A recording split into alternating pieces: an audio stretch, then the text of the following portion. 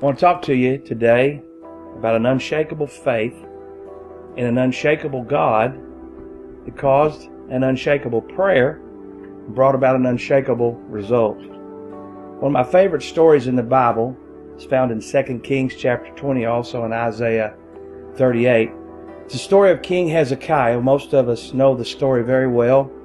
The prophet Isaiah comes to King Hezekiah and tells him that he is sick unto death and he needs to get his house in order.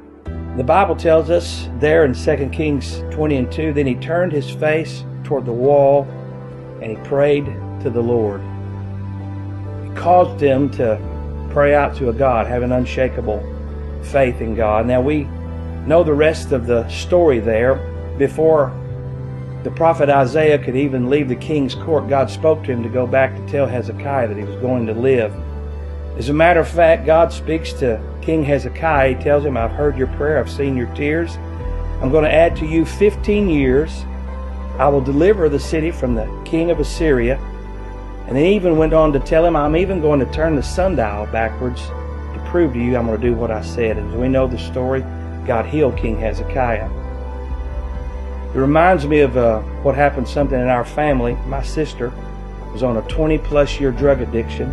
Worst case scenario. One Christmas, while we were there, God began to stir our hearts. He caused us to turn our face to the wall. We prayed for my stepsister, who was worst case scenario. In a few months, she was saved. She was delivered. She was set free from a drug addiction, had no withdrawals whatsoever. Today, she's married to the man that led her to the Lord. He's preaching the gospel. That was 8 years ago. I just want to encourage you. We can have an unshakable faith because we have an unshakable God. We can pray an unshakable prayer and it will still bring about an unshakable result.